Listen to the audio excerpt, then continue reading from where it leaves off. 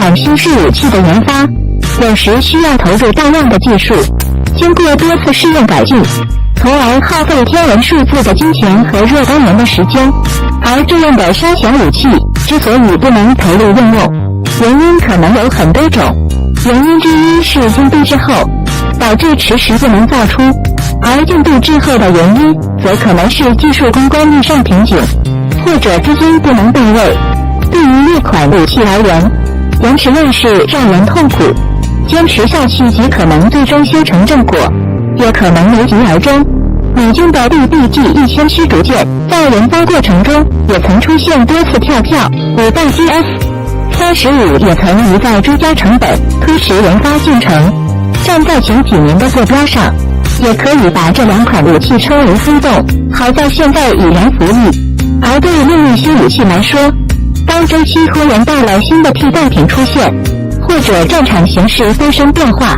那么夭折也就在所难免了。新式武器不能使用的另一个可能原因是达不到原先预定的功能和性能，毕竟纸面上的设计总是可能存在疏漏。出现这种问题后，要么追加预算解决问题，要么出低端版本，要么干脆取消。尤其有的武器在制造中才发现原先的设想异想天开，那就更是果断止损了。此外，如果新式武器的造价超出预算，导致其从经济上并不划算，或者军事科技背景产生了变化，使得原有的设计过时，也都可能使得重金打了水漂。然而，我们同时必须看到，尽管美军并未从这些巨牛耗资中获得实在的武器，然而在研发过程中却也促进了军事技术的提升，甚至一些失败的案例也有未来可见的意义。所以，面对失败的武器项目，嘲笑是毫无意义的，更多则应从中解读世界军事发展的动向，并为我们自己的发展汲取有力信息。XB-70是美国在20世纪60年代研发的一款超音速战略轰炸机，其名称 Valkyrie， 音译为瓦尔基里，国内译为女武神。该机型的设计背景是在冷战初期的50年中叶，美军为对前苏联保持威慑，计划研发一款战略轰炸机，能够深入前苏联广阔的腹地，进行战略轰炸或投掷核武器。之前的美军轰炸机 B-52只能达到1倍音速，为了躲避苏军最快能达到2倍音速的歼击机，美军希望新轰炸机的速度能达到3倍音速。最终北美却凭公司中标，经过数年研制，终于设计出了一架超级轰炸机 XB-70。该机长 59.74 米，翼展32米，机高 9.14 米，空重93吨，最大起飞重量249吨，最大时速3马赫，最大高度21500米。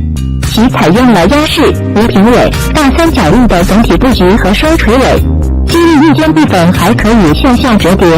产生高速飞行下的压缩升力。其装备的加力涡轮喷气发动机，该台发动机地面净推力为136.8千牛。该机可携带22.5吨长弓武器和核武器，它还具有紧急起飞能力，飞行员无需检查，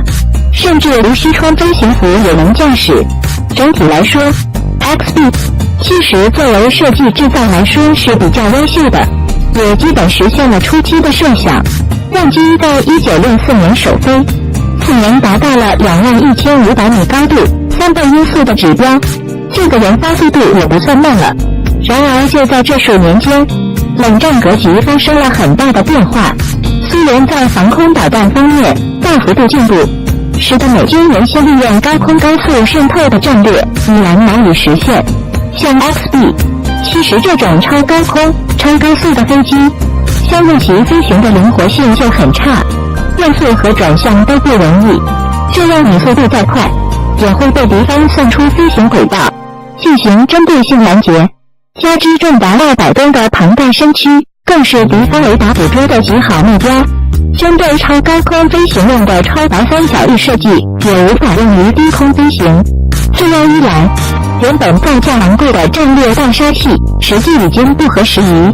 肯尼迪政府在1961年便宣布将 XB-70 70计划才捡到仅剩人家用途。到1966年，